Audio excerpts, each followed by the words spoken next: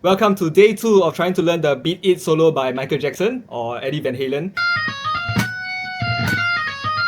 Okay, so once that becomes easy, you need to be able to do that 3 times consecutively.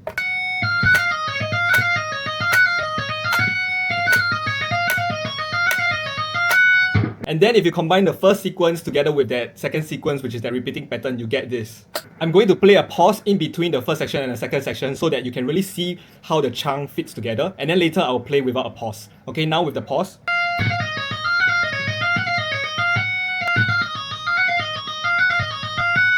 Okay, now with no pause.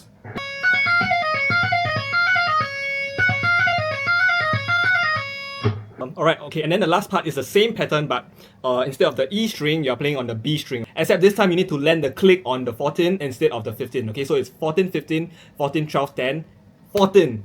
15. So you do that twice, and then you do that 12, 13, 12, which is this. Combine them together, this is what you get.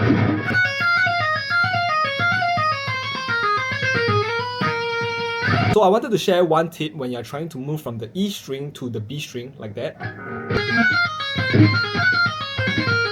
The tip that I wanted to share is that when you're trying to move from the E string to the B string, right?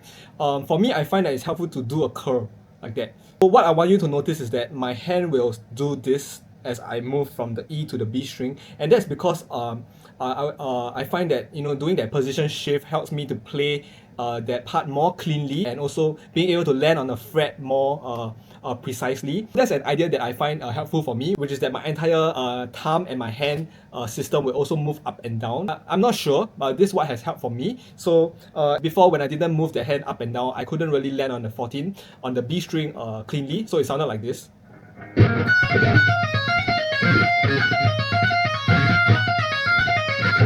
So it sounds like a hot mess. So the moment I start to move the arm and shoulder, I find that I had a lot more success.